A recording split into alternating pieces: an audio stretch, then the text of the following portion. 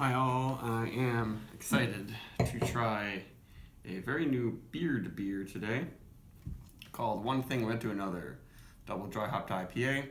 So in the past, I think less than a year, Beard has been, that's the brewery, Beard Brewery, they've been experimenting with New England style super hazy IPAs and double dry hopping and stuff.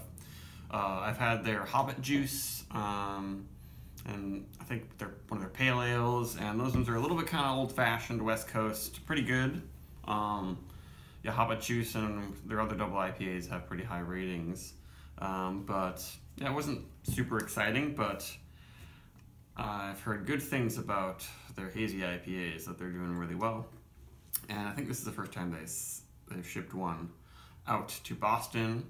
This is canned on October 4th. So that means it's only 6 days old, which is awesome. And I'm excited to try it. I don't know anything really about the malt bill. They didn't really have info on that, but it has Citra, Mosaic, and Idaho 7 hops. And it's 7% alcohol. Here we go.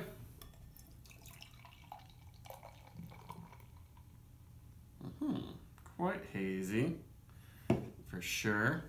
A little bit darker than I was expecting,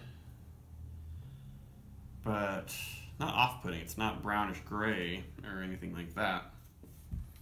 Looks kind of like some of Trillium's newer IPAs they've been doing. They're a little denser. It's like, I guess, yeah, that's pretty darn hazy. I can sort of tell my fingers behind there, but that might in part also be because it's a little bit darker. I wonder if they use any honey malt or anything in this. Head looks pretty nice, though it's a little warm here today, oddly. Not the best head in the world. I mean, it's kind of a wide glass, and it was also, as you can see, I just rinsed it. I noticed that sometimes that prevents a lot of head and retention, but it allows me to get a good whiff of this. Ooh, and that smells good. I like that aroma quite a bit. It seems like it might have a tinge of a Belgian twang, which I'm not always a huge fan of.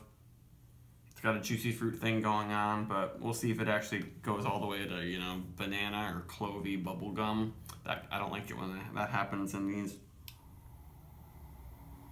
But the Mosaic is definitely bringing some big peach notes. Yeah, really big on the stone fruit in this one. And pineapple. It's not very dank at first.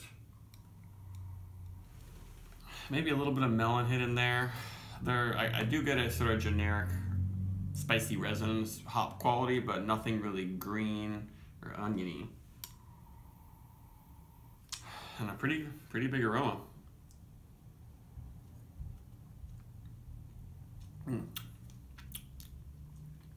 Actually, that is nice. It does have a juicy fruit, yeasty ester thing, but it blends with the juicy hop flavors really well on the tongue. And I think they listed it as like 3 IBUs or something on Untappd. It does not have really any alpha acid, you know, measurable hop bitterness. It's definitely got some drying qualities from all the haze, all the proteins and polyphenols, giving me a little bit of texture on my tongue.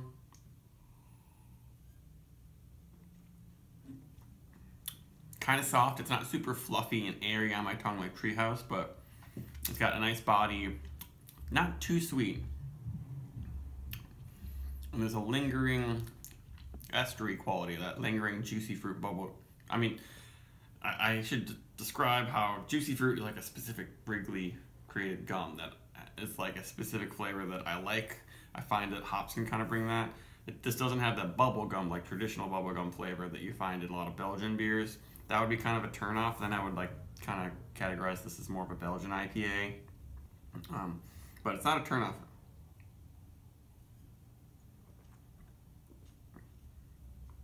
I'm getting some, not quite chalkiness, but drying, powdery feelings on the tongue that are drying out pretty well. I think maybe I do taste a teeny bit of gypsum, which, you know, they often add gypsum, which is what, calcium sulfate, to these beers to, you know, bring out the hops, play with the mouthfeel and all that. And I like it in there, but this one I might actually taste it. I don't really like to have it taste actually chalky in my beers, you know.